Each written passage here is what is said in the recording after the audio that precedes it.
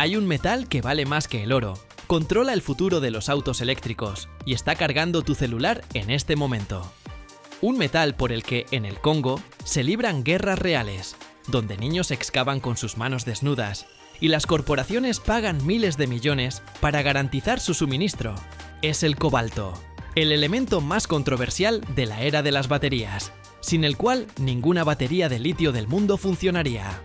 Una piedra que parece roca gris con manchas rosadas, pero que vale más que los metales preciosos, porque de ella depende que la humanidad pueda dejar atrás el petróleo.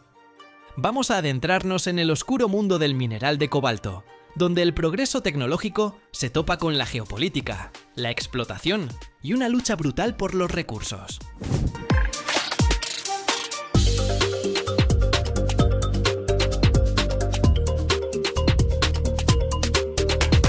Primero, hablemos del cobalto en sí. Es un metal gris plateado con un ligero tono rosado, magnético, duro y resistente al calor. Pero su verdadero valor no está ahí. El cobalto tiene una propiedad única. Estabiliza la estructura de los cátodos en las baterías de ion de litio. Sin él, las baterías se sobrecalientan, pierden capacidad, pueden incendiarse o explotar. Cada uno de tus dispositivos, smartphone, laptop, audífonos, cigarro electrónico, tiene cobalto en su batería. Y cada auto eléctrico en la calle contiene entre 5 y 20 kilos de este metal. El mineral de cobalto no tiene nada de espectacular. Los más comunes son cobaltita, eritrina, escuterudita. El color va del gris al negro, a veces con tonos rosados o violetas por las impurezas. La eritrina se llama flor de cobalto, por su color rosa frambuesa. Es la que revela la presencia de cobalto en la roca. Pero el cobalto en sí rara vez forma depósitos propios. Normalmente aparece como subproducto en la extracción de cobre o níquel.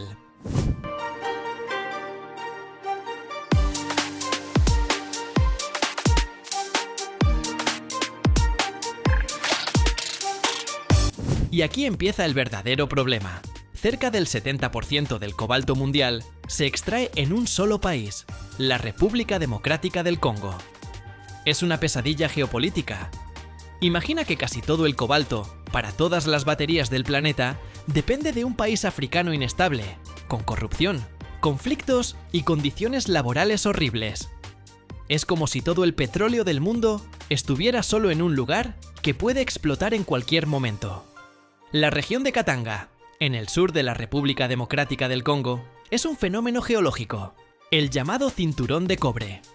Aquí, bajo tierra, hay enormes depósitos de mineral de cobre que contiene entre 0,1 y 0,5% de cobalto. ¿Parece poco?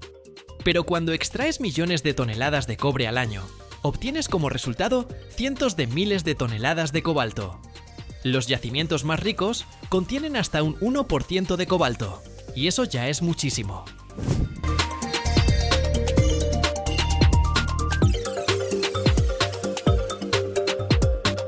La extracción se realiza de dos formas: las minas industriales de grandes corporaciones y las llamadas minas artesanales, es decir, extracción artesanal. Las minas industriales son complejos modernos con equipos que valen miles de millones de dólares, donde trabajan miles de personas. El mineral se extrae con explosivos, se carga con excavadoras gigantes y se transporta a plantas de procesamiento. Todo está automatizado, controlado, relativamente seguro. Ahora, la minería artesanal es el infierno en la tierra. Decenas de miles de personas, incluidos niños de apenas 7 años, extraen el mineral a mano en minas primitivas sin ninguna seguridad. Descienden a pozos de hasta 40 o 50 metros por escaleras tambaleantes, sin cascos, sin soportes, sin ventilación. Los derrumbes matan gente regularmente, decenas de muertes al año oficialmente, pero en realidad, probablemente muchas más.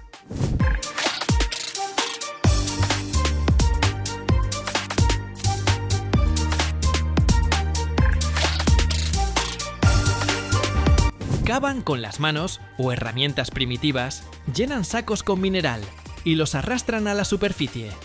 Ganan unos pocos dólares al día, una miseria incluso para los estándares africanos.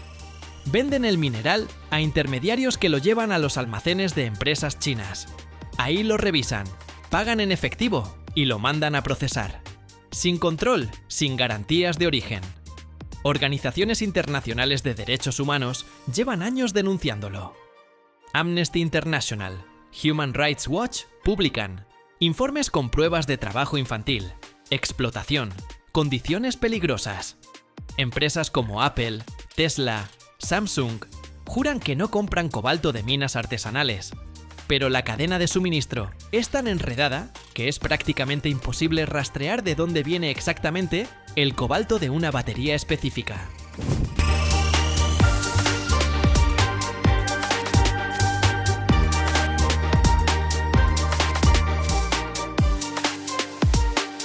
China controla la mayor parte del procesamiento del cobalto. Incluso si el mineral se extrae en el Congo, lo llevan a China, a las fundiciones.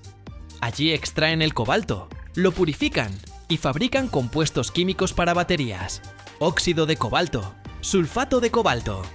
Luego, estos compuestos van a las plantas de fabricación de baterías, que también están principalmente en China o Corea del Sur. China controla alrededor del 80% del procesamiento de cobalto en el mundo. Esto les da un enorme poder geopolítico sobre la transición global hacia los vehículos eléctricos. El procesamiento del mineral de cobalto es complejo. Si es mineral de cobre-cobalto, primero se tritura y se enriquece mediante flotación, separando los sulfuros de cobre y cobalto de la roca estéril. Luego, el concentrado se funde en hornos a una temperatura de 1200 grados Celsius, obteniendo mata, una aleación de sulfuros de cobre, cobalto y hierro.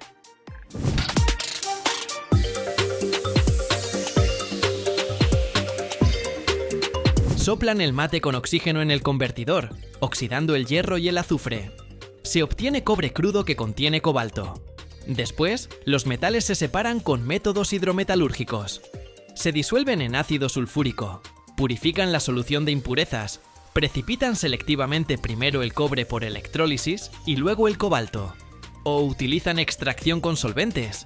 El cobalto pasa a la fase orgánica, se separa del cobre, después se precipita de vuelta en solución acuosa y se obtiene como metal puro mediante electrólisis. La pureza del cobalto para baterías debe ser del 99,8% o más. Incluso microimpurezas de hierro, níquel o cobre arruinan las propiedades de las baterías.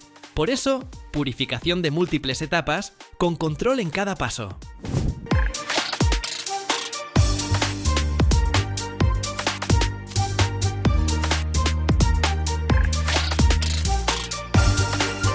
El precio del cobalto es increíblemente volátil. En 2018 se disparó hasta $95.000 la tonelada, más caro que el oro por volumen. La razón: el boom de los coches eléctricos y el pánico de que no hubiera suficiente cobalto. Las empresas compraban todo lo que encontraban. Luego el precio cayó hasta $24.000 porque apareció un exceso de oferta y la recesión golpeó la demanda. Ahora el precio ronda entre $30 y $40.000 la tonelada. Los fabricantes de baterías intentan desesperadamente reducir su dependencia del cobalto. Están desarrollando nuevas químicas de cátodos, con menos contenido o directamente sin cobalto. Las baterías de litio-hierro fosfato no contienen cobalto en absoluto, pero tienen menor densidad energética. Son ideales para coches eléctricos más económicos con menos autonomía. Tesla redujo el contenido de cobalto en sus baterías a menos del 5% y planea eliminarlo por completo.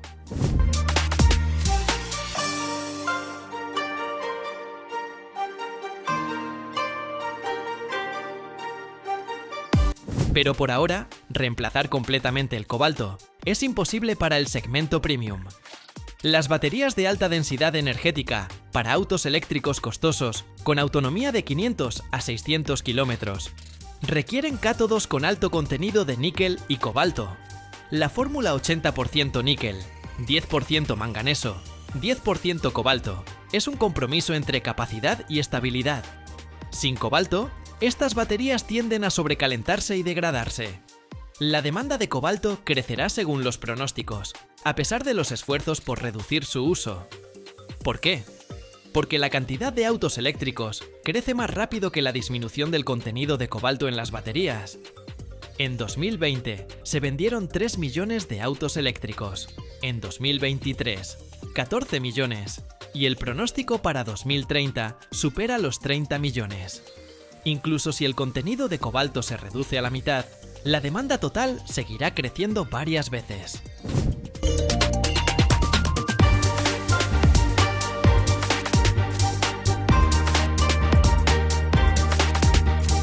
Otros países intentan encontrar fuentes alternativas. Australia tiene pequeños yacimientos, Canadá, Rusia, Filipinas, Cuba. Pero todos juntos producen apenas el 30% del cobalto mundial, y aumentar la extracción rápidamente es imposible. Se necesitan años para exploración, construcción de minas, obtención de permisos. El Congo sigue siendo el proveedor dominante, y esto no va a cambiar en los próximos 10 o 15 años. Hay intentos de extraer cobalto del fondo marino. En el lecho del Océano Pacífico hay miles de millones de toneladas de nódulos polimetálicos, piedrecitas del tamaño de una papa que contienen níquel, cobalto, cobre, manganeso. La concentración de cobalto allí ronda el 0,2%. No es mucho, pero es estable en áreas enormes. Las tecnologías de extracción en aguas profundas están en desarrollo, pero las consecuencias ecológicas son desconocidas, y la comunidad internacional por ahora es cautelosa con los permisos.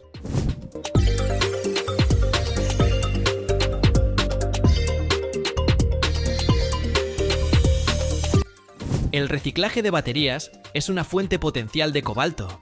Cuando millones de autos eléctricos salgan de circulación en 10 o 15 años, sus baterías se convertirán en un enorme reservorio de metales valiosos. Las tecnologías de reciclaje ya existen.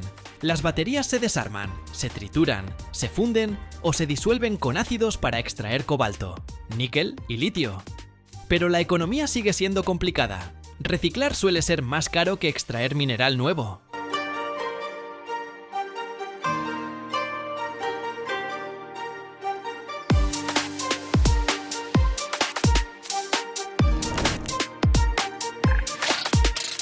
Imagina dos hermanos gemelos, tan parecidos que es imposible distinguirlos a simple vista. Siempre juntos, nacidos al mismo tiempo, y viviendo uno al lado del otro durante miles de millones de años. Pero aquí está la paradoja. Uno de ellos salva al mundo, dando energía a millones de personas, mientras que el otro puede destruirlo todo si cae en las manos equivocadas. Conoce al circonio y al hafnio, la pareja más extraña de la tabla periódica, que controla los reactores nucleares y al mismo tiempo le da a los ingenieros tantos dolores de cabeza que dan ganas de llorar.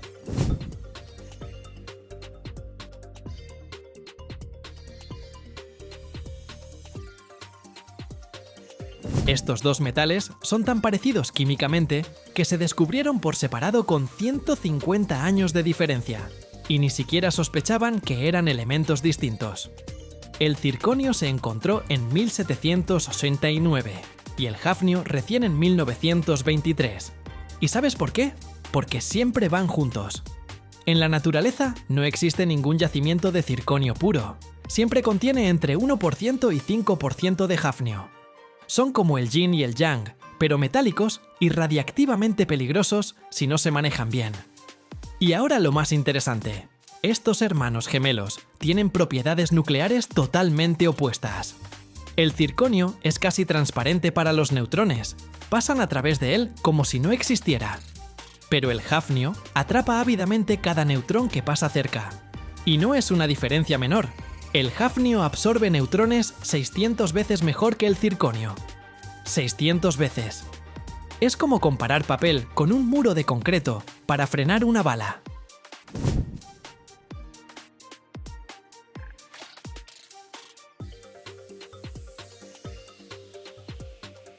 ¿Por qué es tan importante? Porque un reactor nuclear es una reacción en cadena controlada. Los átomos de uranio se desintegran, liberan neutrones. Esos neutrones impactan otros átomos de uranio, que también se desintegran, y así sucesivamente. Para que el reactor funcione de manera estable, hay que controlar con precisión la cantidad de neutrones. Demasiados, y el reactor se sobrecalienta con riesgo de accidente. Muy pocos, y la reacción se apaga, sin generar energía. Aquí entra el circonio. Las barras de combustible en el reactor son tubos largos llenos de pastillas de dióxido de uranio. Estos tubos deben estar hechos de un material que no interfiera con el vuelo de los neutrones y permita que la reacción continúe. El circonio es ideal. Es transparente a los neutrones, resistente a altas temperaturas, no se corroe en agua a presión y aguanta la radiación. Ningún otro metal cumple tan bien con todos estos requisitos.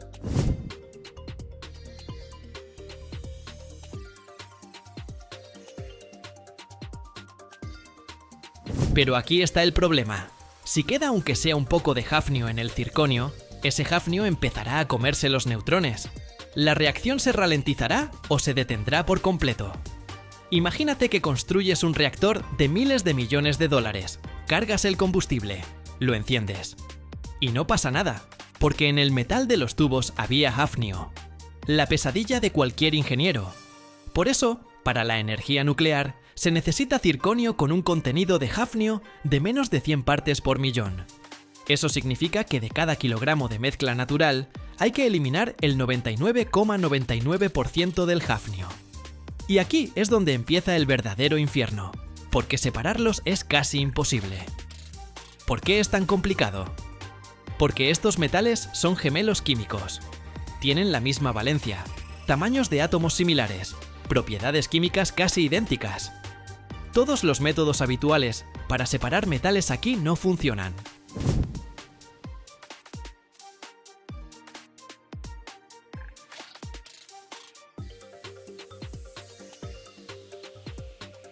No se puede fundir la mezcla y separarlos por punto de fusión. Se funden casi igual. No se puede disolver uno y precipitar el otro. Ambos precipitan juntos. Es como intentar separar gemelos que siempre hacen exactamente lo mismo. Algo sacado de un libro de Stephen King, ¿no? El único método que funciona es la extracción múltiple con disolventes. Se toma una solución de sales de circonio y hafnio en agua. Se añade un disolvente orgánico especial que disuelve un poco mejor una de las sales. Se mezcla intensamente, luego se deja separar en fases. El hafnio pasa un poco más a la fase orgánica. Un poco, esa es la palabra clave. En un solo ciclo, la diferencia es apenas de unos pocos %.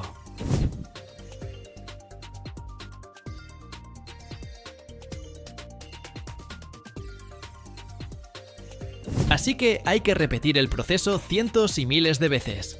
Esto se llama extracción en cascada.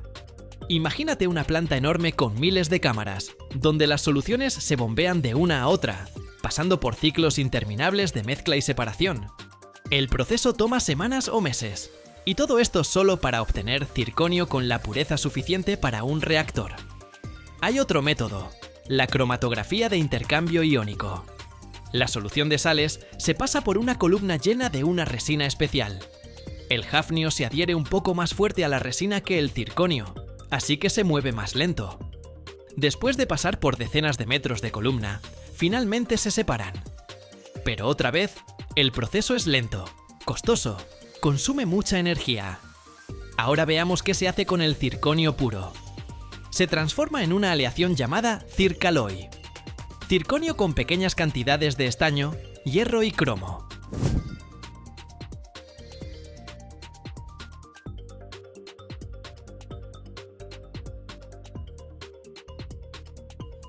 Esta aleación se usa para fabricar tubos de barras de combustible. Los tubos deben ser perfectamente rectos, sin ningún defecto, con paredes de menos de 1 milímetro de espesor y hasta 4 metros de largo. Fabricar estos tubos es todo un arte. El circonio es muy reactivo a altas temperaturas, atrapa oxígeno, nitrógeno e hidrógeno del aire y se vuelve frágil. Por eso todas las operaciones se hacen en vacío o en atmósfera inerte. Los lingotes de circonio se calientan a 1000 grados Celsius y se prensan o laminan para formar piezas. Luego esas piezas se estiran repetidamente a través de matrices, reduciendo el diámetro y el grosor de la pared. Los tubos terminados pasan un control de calidad riguroso. Se examinan con rayos X y ultrasonido, buscando microfisuras. Se verifica la composición química con análisis espectral. Se prueba la resistencia mecánica y la resistencia a la corrosión. Un solo tubo defectuoso en el reactor puede causar una fuga de combustible radiactivo, así que el control es absoluto.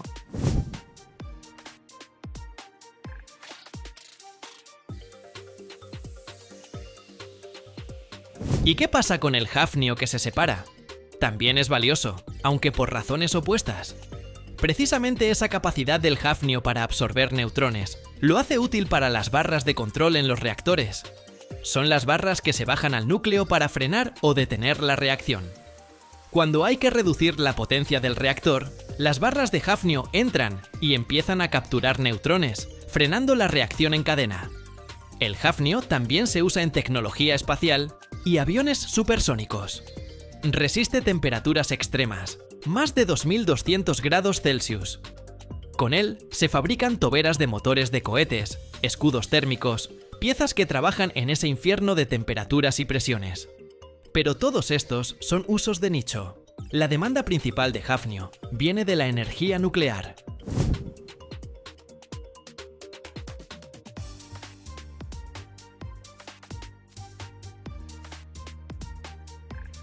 Dato curioso: el hafnio lleva el nombre de Copenhague, donde fue descubierto, y el circonio recibió su nombre del mineral circón, del cual fue extraído por primera vez. El circón, por cierto, es una piedra muy hermosa, que se usa en joyería como alternativa económica al diamante. Pero es un material completamente diferente: silicato de circonio, no el metal puro. En el mundo solo hay unas pocas plantas que pueden producir circonio nuclear.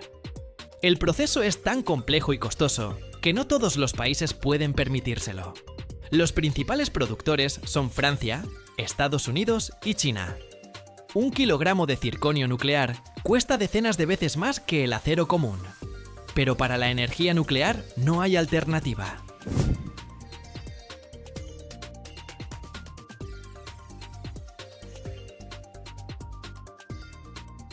Un reactor de energía moderno contiene alrededor de 100 toneladas de aleaciones de circonio en las barras de combustible.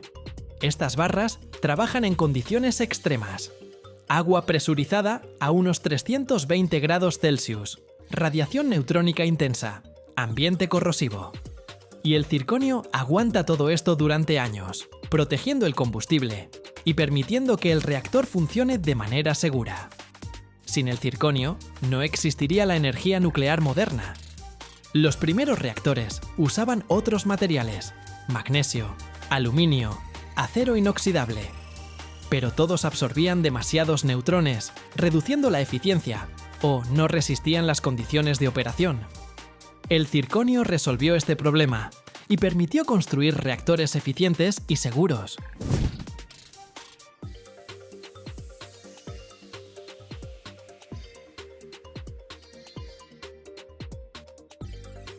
Hay otro campo donde el circonio es insustituible: la medicina. Los implantes de circonio para odontología y ortopedia son biocompatibles, resistentes y no provocan alergias. Articulaciones artificiales, coronas dentales, placas para huesos. Muchos de estos están hechos de circonio o su óxido. Pero el circonio médico no necesita una purificación tan profunda del hafnio, porque ahí las propiedades nucleares no importan. El futuro del circonio está ligado al desarrollo de la energía nuclear. Las nuevas generaciones de reactores exigen materiales aún mejores, más resistentes a altas temperaturas, radiación y corrosión. Se están desarrollando nuevas aleaciones a base de circonio con niobio, molibdeno y otros elementos. Se prueban recubrimientos que protegen aún más los tubos contra la oxidación en caso de accidentes. Y el hafnio está encontrando nuevas aplicaciones en la microelectrónica.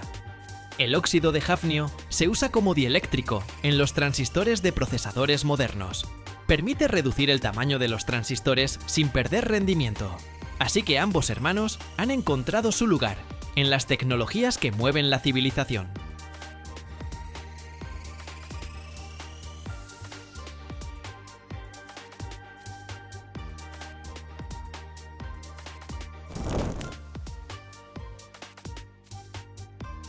Cada año, millones de personas en el mundo sostienen cosas blancas como la nieve sin siquiera sospechar que empezaron su camino como simple tierra sucia. Pero, ¿y si te dijera que esa tierra fue durante siglos un secreto estratégico por el que se pagaba en oro y que los espías intentaban robar? ¿Cómo logró una arcilla invisible conquistar la China imperial, transformar Europa y aparecer hoy en el papel, los medicamentos y los cosméticos que usas todos los días? Hay algo de lo que casi nunca se habla, una etapa oculta que decide si la arcilla se vuelve de un blanco invaluable o si sigue siendo roca común. Mira este video hasta el final y descubrirás el secreto que durante décadas se mantuvo fuera de cámara, incluso en las fábricas.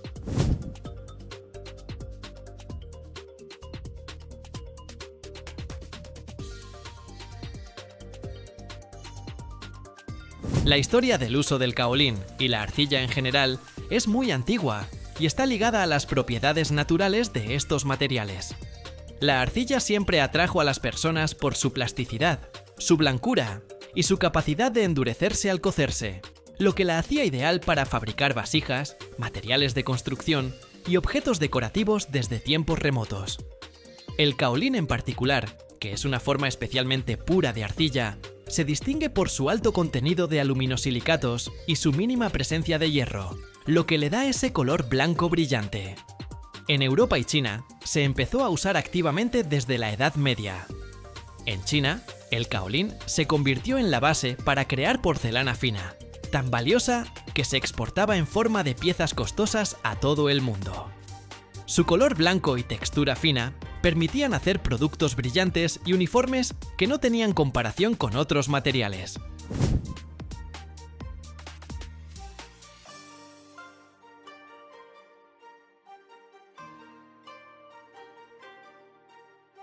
En Europa, desde el siglo XVII, el caolín se empezó a usar para fabricar vajillas de porcelana y más tarde, a escala industrial, se convirtió en un componente clave para la industria del papel y la cerámica. En cuanto a su uso moderno, el descubrimiento de tecnologías de trituración, sedimentación y blanqueamiento químico permitió convertir el caolín en un polvo fino, con alta blancura y propiedades estables. Esto hizo posible usarlo no solo en porcelana, sino también como relleno y recubrimiento para papel, que adquiría un acabado brillante, y en productos farmacéuticos y cosméticos, donde la pureza, la capacidad de absorción y la seguridad del material son fundamentales. Cada año, el mercado mundial del caolín abastece una cantidad enorme de materia prima, extraída de canteras abiertas, ubicadas en yacimientos con alto contenido de aluminosilicatos.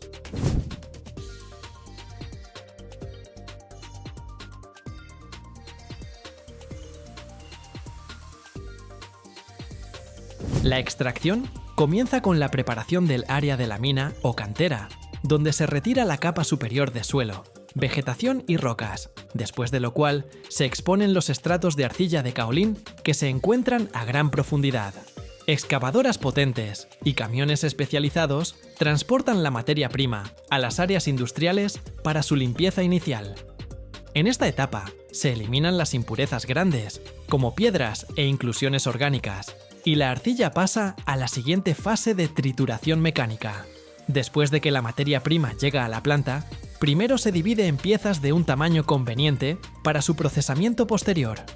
Los fragmentos grandes se eliminan o se trituran mediante trituradoras primarias, lo que permite obtener material de tamaño medio que se alimenta fácilmente a las siguientes etapas de procesamiento.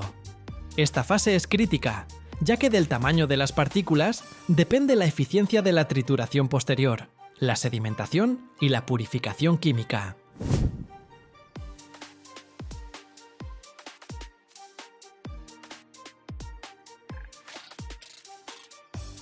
Se presta especial atención al control del flujo de materia prima para eliminar la presencia de grandes inclusiones extrañas, como piedras o trozos de materiales orgánicos que pudieron entrar durante la extracción. La siguiente etapa implica la molienda fina del caolín hasta obtener un estado pulverulento, necesario para lograr uniformidad y alta blancura. Para esto se utilizan molinos de bolas o trituradoras de discos que operan en varios ciclos consecutivos. En los molinos de bolas, Cilindros giratorios, con bolas metálicas o cerámicas, muelen la arcilla hasta la fracción requerida, asegurando una distribución uniforme del tamaño de las partículas. Las trituradoras de discos proporcionan una molienda adicional, y la división de partículas, además de ayudar a aflojar el material y eliminar los grumos residuales.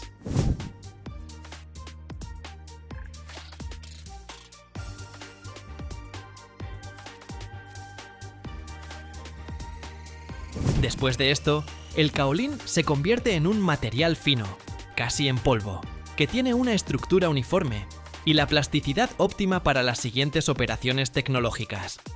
El polvo de kaolín preparado se disuelve en agua, formando una suspensión espesa que se dirige a la etapa de sedimentación.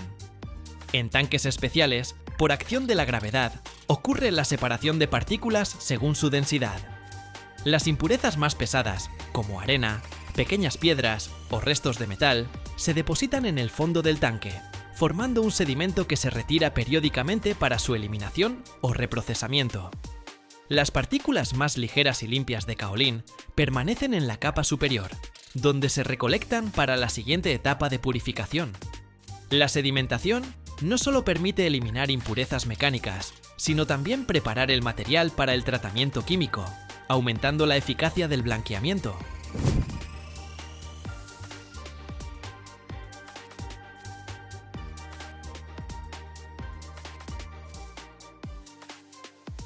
Para lograr un alto grado de blancura y uniformidad, a menudo se aplica un blanqueamiento químico. En esta operación, se utilizan pequeñas cantidades de reactivos químicos seguros, como peróxidos o ácidos débiles, que ayudan a eliminar impurezas de color residuales, hierro, sustancias orgánicas y otros compuestos que pueden afectar el color y la transparencia del producto final. El blanqueamiento químico se realiza bajo control de temperatura, tiempo y concentración de reactivos, para garantizar la máxima eficiencia sin dañar la estructura de las partículas de kaolín. Después de esta operación, la suspensión de arcilla vuelve a someterse a sedimentación para separar los reactivos y las impurezas formadas durante el blanqueamiento. Luego el material se lava con agua limpia, eliminando los restos de reactivos y aumentando la seguridad del producto para su uso en las industrias alimentaria, farmacéutica y cosmética.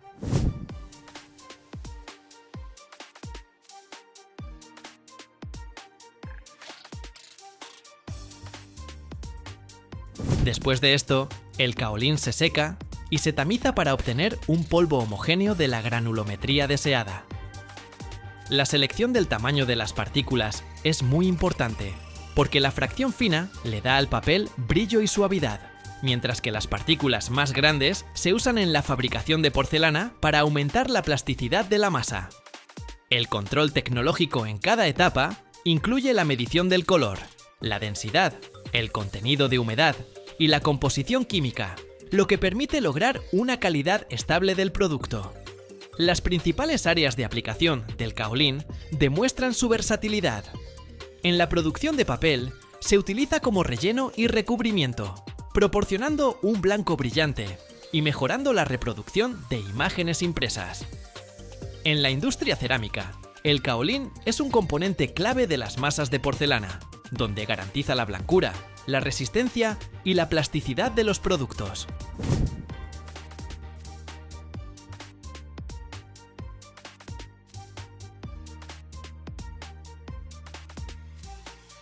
En farmacéutica y medicina, el kaolín se utiliza como absorbente y excipiente en tabletas, antiácidos y medicamentos para el tracto gastrointestinal, así como en cosmética para mascarillas y productos de limpieza, gracias a su capacidad de absorber el exceso de grasa y limpiar la piel.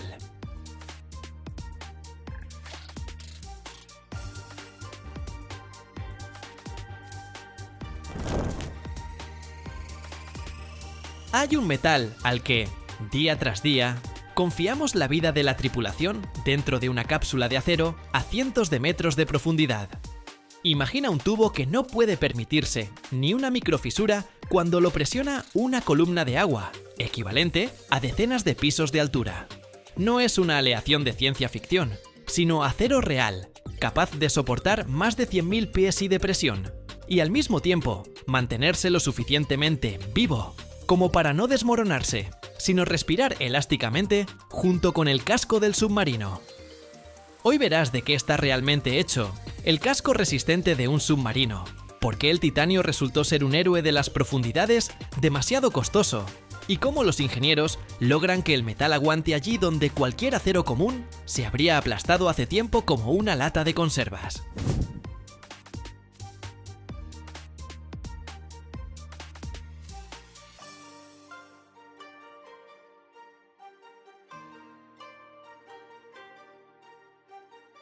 El casco resistente de un submarino no comienza con la pintura ni las técnicas de camuflaje, sino con el metal del que está hecho su casco interior. El casco resistente es un tubo cilíndrico de acero de paredes gruesas, dentro del cual se encuentran los compartimentos, la tripulación y los equipos. Es él quien soporta la monstruosa presión de las profundidades, mientras que el casco exterior ligero, las formas y la torre son cuestión de aerodinámica e hidrodinámica. Cuando el submarino desciende a cientos de metros, sobre cada pulgada cuadrada de su casco, presiona una fuerza como si le hubieran puesto encima todo un edificio de varios pisos. A 500 metros de profundidad, la presión alcanza aproximadamente 50 atmósferas, es decir, unas 50 bares, y el acero debe resistirlo sin la más mínima grieta.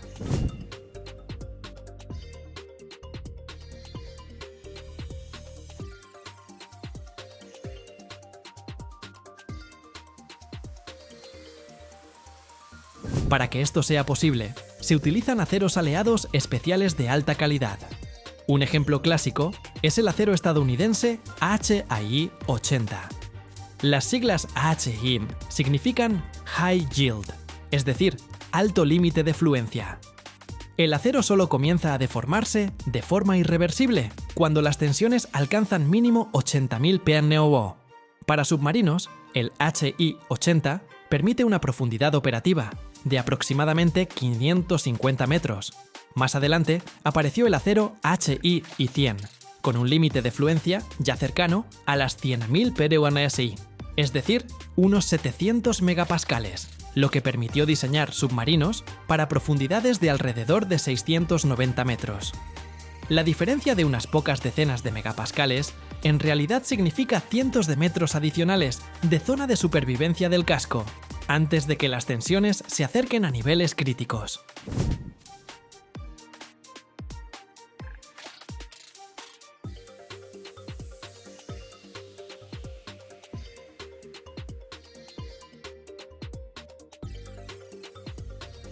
La composición química de estos aceros está lejos de ser simple hierro con carbono. Se les añade níquel, cromo, molibdeno, manganeso y otros elementos en proporciones exactas. El níquel aumenta la tenacidad al impacto y reduce la temperatura de fractura frágil. El cromo refuerza la resistencia a la corrosión y la dureza. El molibdeno ayuda a resistir el arrastre y las tensiones concentradas localmente. El resultado es un acero que incluso a bajas temperaturas del agua de mar mantiene su plasticidad y no se parte como vidrio ante un golpe o una carga brusca. Para los submarinos militares, esto es crítico. El casco debe soportar el impacto de las olas, los golpes de ariete y sus propias maniobras, sin mencionar las posibles cargas explosivas.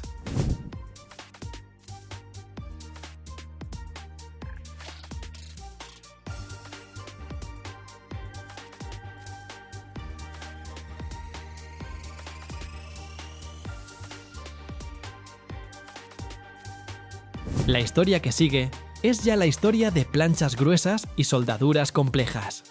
Las planchas del casco resistente tienen varios centímetros de espesor. Se curvan en potentes cilindros, formando secciones cilíndricas. El curvado debe ser tan preciso que al unir las planchas se forme un anillo perfectamente regular, sin tensiones internas ni ovalamiento. Varias de estas secciones se ensamblan en anillos del casco. Compartimentos separados que luego se sueldan entre sí en todo el perímetro. Cada costura longitudinal y circular es potencialmente el punto más débil, por eso las exigencias para la soldadura no son menores que para el propio acero. Se utiliza soldadura automática por arco sumergido, se controla cuidadosamente la temperatura de precalentamiento y poscalentamiento para evitar la formación de zonas templadas frágiles y grietas internas.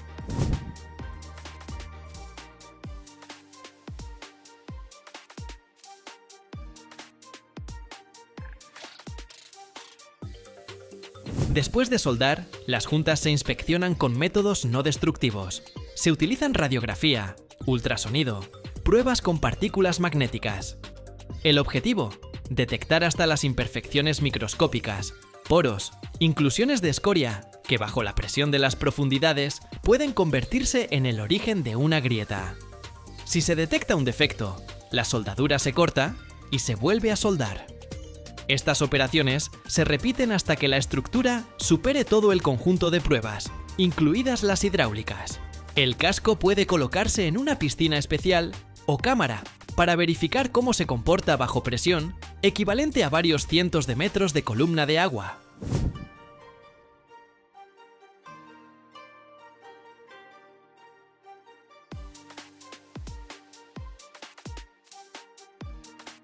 En la URES, parte de esta lógica se llevó al extremo mediante el uso de aleaciones de titanio.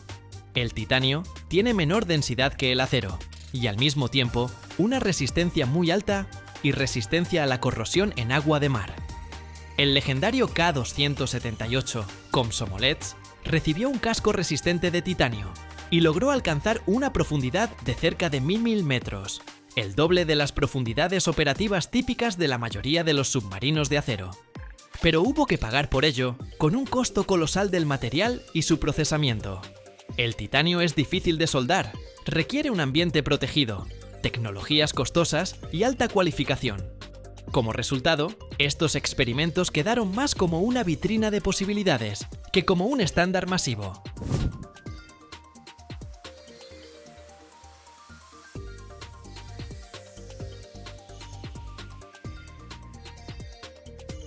Hoy en día, el enfoque principal en el desarrollo de cascos submarinos no es el cambio total al titanio, sino el perfeccionamiento de los aceros aleados. Las nuevas aleaciones se diseñan para tener un límite elástico y una resistencia aún mayores, pero manteniendo suficiente plasticidad. Un metal demasiado rígido es peligroso. Puede no deformarse y agrietarse repentinamente al superar el límite. El desafío de los metalurgistas es encontrar el equilibrio donde el casco primero ceda, un poco bajo presión, distribuyendo las tensiones, y solo después, muy lejos de las condiciones normales de operación, alcance valores críticos. Para esto, ajustan el contenido de níquel, cromo, molibdeno, añaden microaleantes, controlan el tamaño del grano y el tratamiento térmico.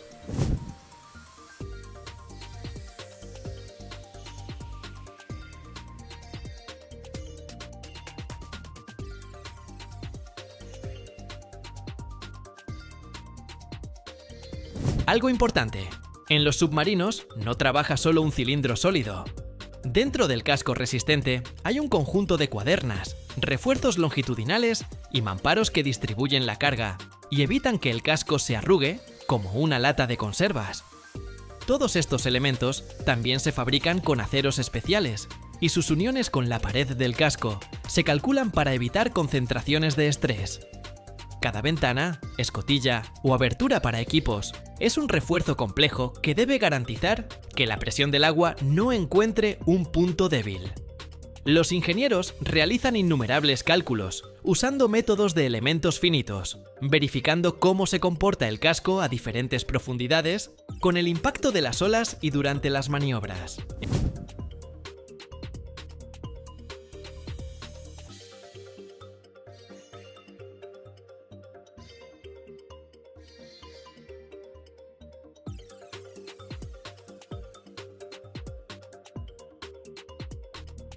Si imaginamos el viaje de un submarino hacia las profundidades, a nivel del metal se ve así. Con cada 10 metros de inmersión, la presión aumenta aproximadamente una atmósfera. A 100 metros ya es 10 veces la presión de la superficie. A 500 metros, 50 veces. El acero del casco resistente trabaja todo este tiempo en régimen de deformación elástica. Se comprime ligeramente. El diámetro del casco se reduce unos milímetros pero después de emerger, vuelve a sus dimensiones originales. El objetivo de los ingenieros es garantizar que incluso a la máxima profundidad permitida, el margen hasta el límite de fluencia siga siendo considerable.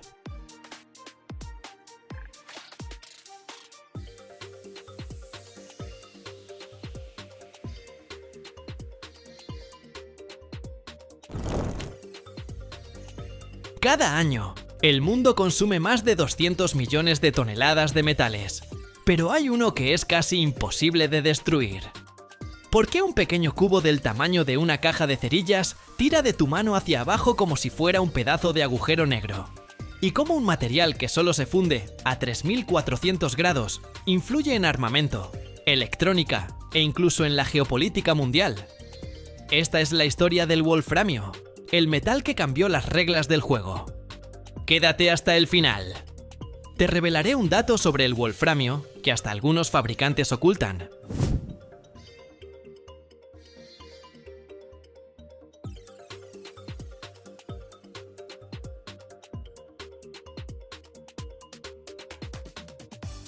El wolframio es uno de los metales más pesados que tenemos. Su densidad es mayor que la del plomo, casi igual que la del oro, y solo ligeramente inferior al osmio, el verdadero campeón de los pesos pesados. En la mano, un trozo de wolframio se siente como una injusticia.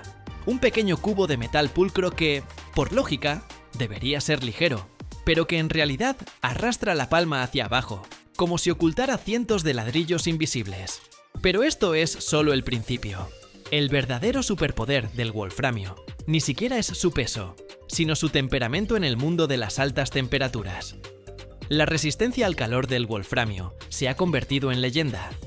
Punto de fusión superior a los 3400 grados Celsius, sin compromisos, sin puntos débiles. No solo soporta condiciones infernales, allí se siente como en casa.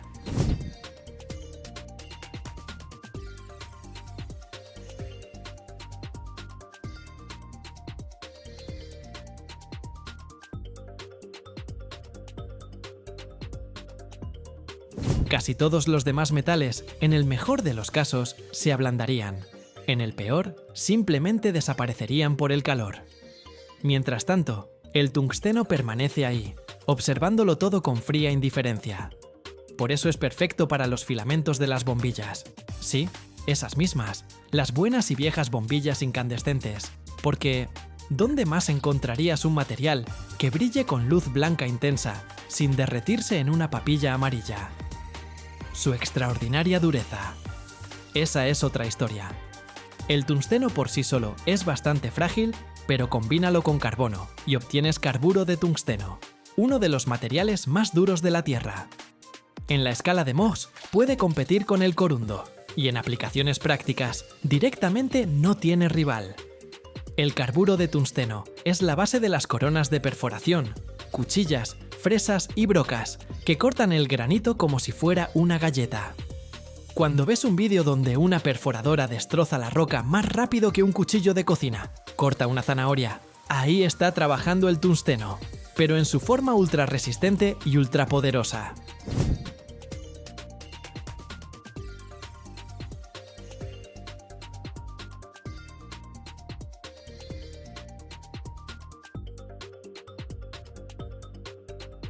En el ámbito militar, las aleaciones de wolframio se utilizan para fabricar proyectiles subcalibrados y elementos perforantes. Aquí son cruciales dos cosas: su altísima densidad y su capacidad de mantener la dureza bajo cargas descomunales. Durante un impacto a varios kilómetros por segundo, cualquier metal ordinario quedaría aplastado, pero el wolframio permanece afilado y letal. En este sentido, realmente es duro como una bala, solo que 2 o 3 veces más eficaz. Pero lo militar es solo una parte de la historia. El wolframio aparece en la electrónica, donde se necesitan contactos capaces de soportar altísimas temperaturas y cargas extremas. En instalaciones de vacío. En la industria, donde son vitales materiales que no se funden ni se oxidan al calentarse.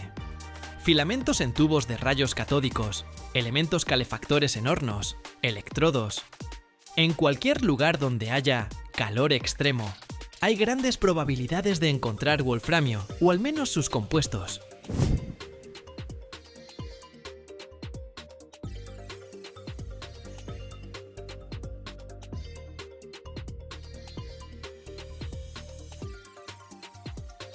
El metal en sí raramente se encuentra en la naturaleza. No está tirado por ahí en depósitos, como el hierro, ni aparece en forma pura, como el oro nativo. Hay que extraerlo de minerales, la wolframita y la scheelita. El proceso es complejo, tiene múltiples etapas, requiere muchísima energía. Pero precisamente esto explica por qué el tungsteno es tan caro, y por qué no cualquier país puede simplemente ponerse a producirlo así como así. Pero la demanda es tan brutal que la industria, con paciencia y determinación, atraviesa todo este laberinto tecnológico. El tungsteno tiene otra particularidad fascinante. Es prácticamente inmune a la corrosión. Lluvia, sal, acidez. Todo eso para él es como rasguños superficiales en un tanque. Gracias a esto, las aleaciones de tungsteno funcionan donde otros metales se desintegran 3 o hasta 6 veces más rápido. Y si dejamos a un lado la jerga científica, la historia es muy sencilla. Es un metal que no le teme al peso, la presión, las temperaturas, los golpes ni al paso del tiempo.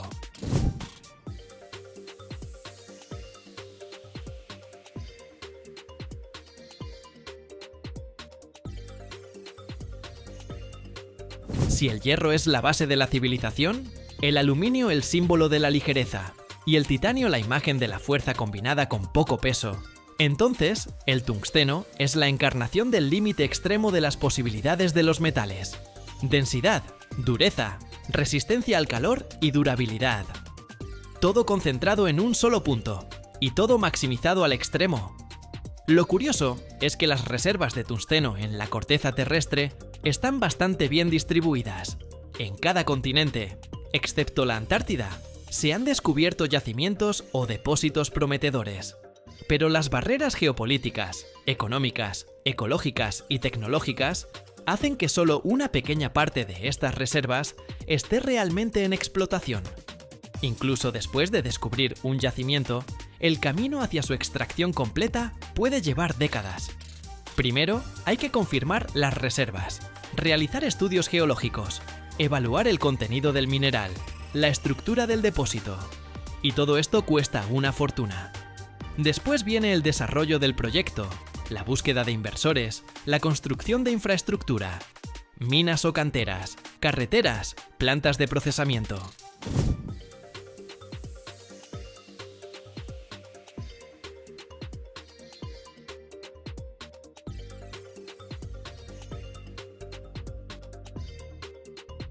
Sin grandes inversiones y demanda estable, esto simplemente no funciona.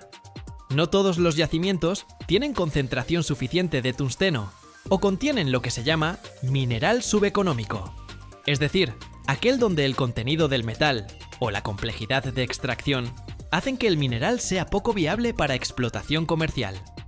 En estos casos, incluso si el recurso es técnicamente conocido, los costes económicos pueden superar las ganancias potenciales. La extracción de minerales de tungsteno está a menudo vinculada a minería en yacimientos complejos, tipo skarn, filonianos, hidrotermales y demás. A veces los minerales están mezclados con otros elementos, o se encuentran en condiciones geológicas difíciles, zonas remotas, o requieren tecnologías costosas de beneficio y procesamiento. Además, las exigencias medioambientales, gestión de residuos, control de emisiones, circuitos de agua, todo suma costes. Si un país o inversor no está dispuesto a asumir esos gastos, el desarrollo se frena o directamente no arranca.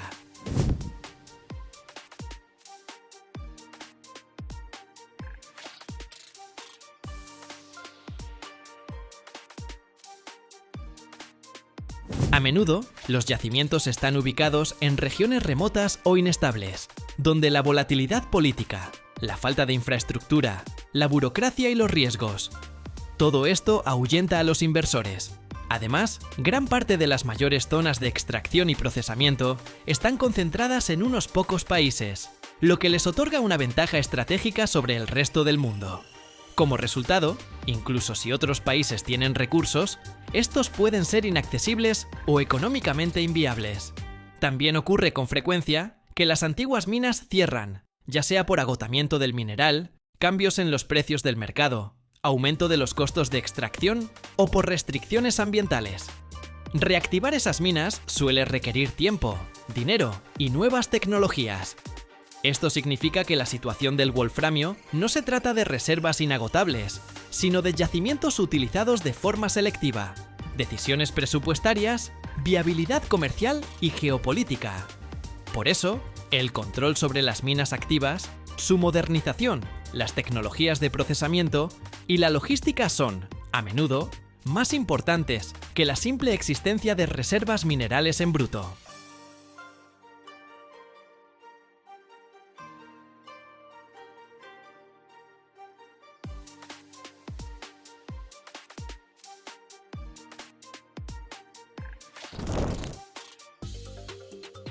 ¿Y si les dijera que existe un metal tan ligero que parece imposible, pero lo suficientemente resistente como para sostener el fuselaje de un avión? ¿Y que este metal se puede extraer simplemente del agua de mar? Suena imposible, ¿verdad? Pero aquí es donde comienza el misterio del magnesio, un material que está transformando silenciosamente la aviación, los gadgets e incluso la medicina. Y lo más interesante, al final del video, descubrirán un dato sobre este metal que cambiará por completo su visión de la industria moderna. Así que abróchense los cinturones. Nos sumergimos en un mundo donde la ligereza puede ser más fuerte que el acero.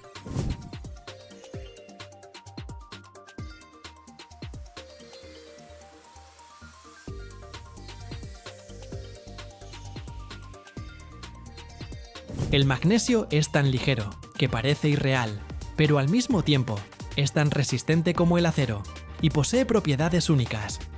Ya está construyendo nuestro futuro, haciéndolo más ligero, más rápido y más eficiente.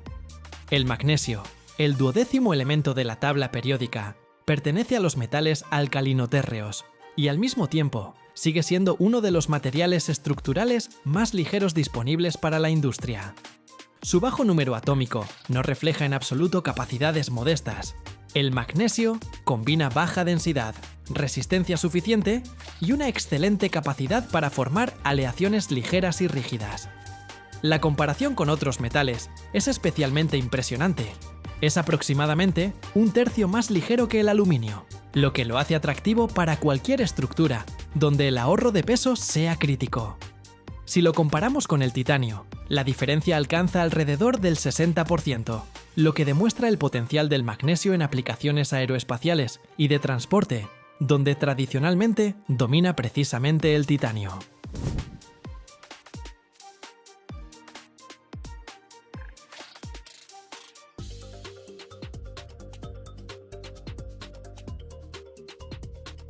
Y finalmente, el magnesio es 4 veces más ligero que el acero, pero sus aleaciones pueden proporcionar la resistencia suficiente para muchas tareas de ingeniería.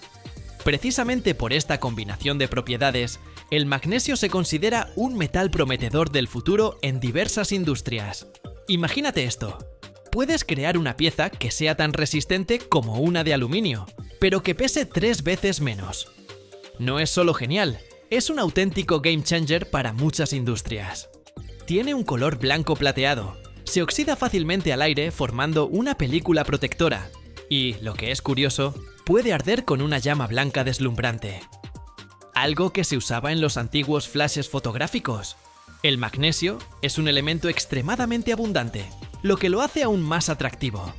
Es el 8º elemento más común en la corteza terrestre y el 3º más abundante disuelto en el agua de mar. Así es, el océano es una fuente inmensa de magnesio.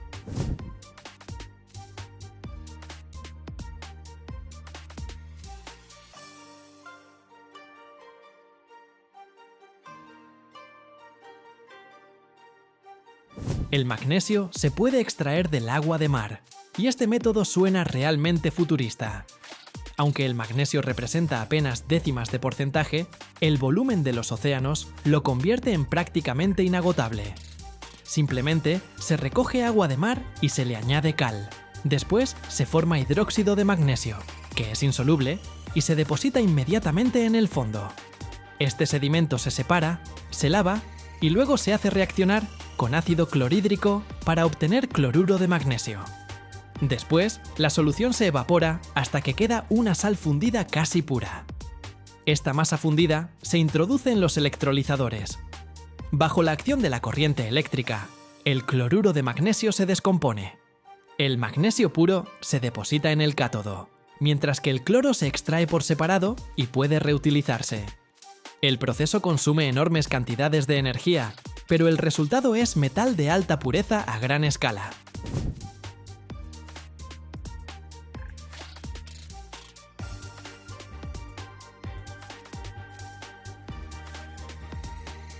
El segundo método es mucho más terrenal, porque se basa en la extracción de minerales, dolomita y magnesita. Se extraen en canteras o minas, se trituran y se envían a calcinación. Bajo la acción de altas temperaturas, el dióxido de carbono se libera del mineral y queda el óxido de magnesio. Luego entra en juego la pirometalurgia. El óxido de magnesio se mezcla con ferrosilicio y se calienta a temperaturas altísimas en el vacío. En estas condiciones, el magnesio comienza a evaporarse y precisamente en estado gaseoso se separa y luego se condensa en forma de metal puro. Es un método más tradicional, pero se sigue usando ampliamente gracias a su equipamiento relativamente simple y a sus resultados estables. El magnesio no es solo un metal ligero, es el material del futuro. Y ya se está usando activamente en muchas industrias, demostrando sus propiedades únicas. La industria automotriz y aeronáutica viven su momento estelar, donde cada gramo de peso cuenta.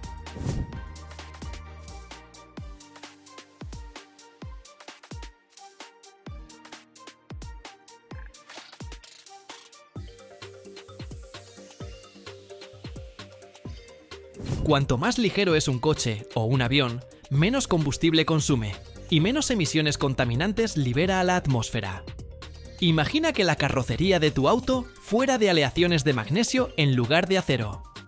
El transporte sería más rápido, económico y ecológico. Las aleaciones de magnesio se utilizan en carcasas de motores y transmisiones, donde se necesita alta resistencia con el mínimo peso. Las ligeras y resistentes llantas de magnesio mejoran el manejo y reducen la carga en la suspensión.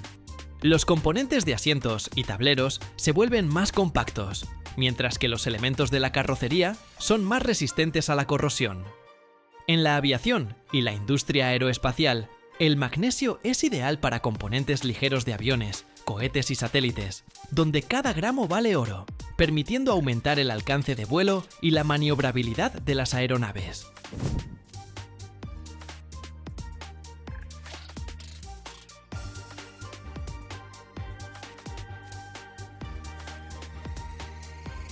La electrónica y los gadgets tampoco se imaginan sin magnesio. Tu smartphone, portátil o tablet buscan ser más delgados, ligeros y resistentes.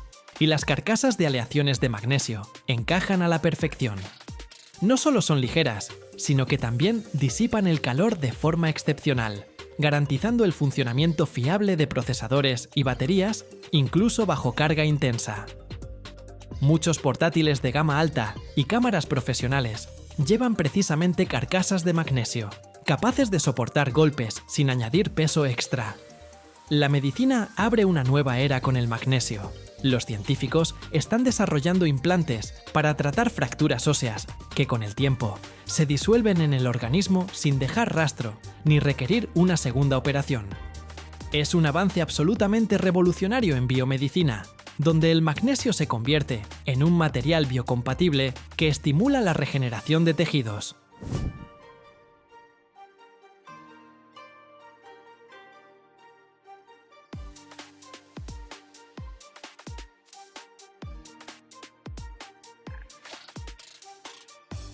Las aleaciones y la metalurgia son otro campo donde el magnesio resulta absolutamente indispensable. Es un elemento de aleación clave en muchísimas aleaciones de aluminio, y con solo añadir una pequeña cantidad de magnesio, el aluminio se vuelve mucho más resistente y capaz de enfrentarse a la corrosión. Por ejemplo, las aleaciones de aluminio-magnesio se utilizan ampliamente en la industria naval para cascos de embarcaciones que resisten el agua salada y también para fabricar latas de bebidas, que son ligeras y no se oxidan. La pirotecnia y la iluminación aprovechan esa llama blanca y brillante del magnesio. Arde con una intensidad increíble, por eso se usa en fuegos artificiales, bengalas de señalización y dispositivos de iluminación especiales para crear una luz potentísima.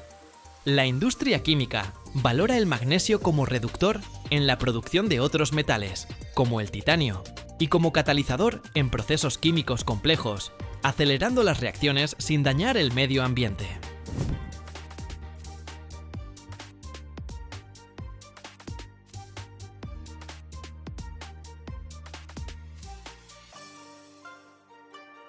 Incluso en los suplementos alimenticios y la medicina, el magnesio juega un papel vital.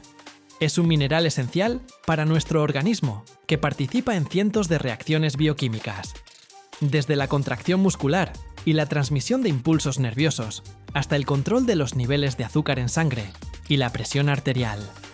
Muchísimas personas toman suplementos de magnesio para mejorar el sueño, reducir el estrés, cuidar el sistema cardiovascular y mantener el tono general. Así que el magnesio está presente en todos los ámbitos de la vida moderna, desde el transporte y los dispositivos electrónicos hasta la salud, demostrando que la ligereza puede ir de la mano con una utilidad increíble.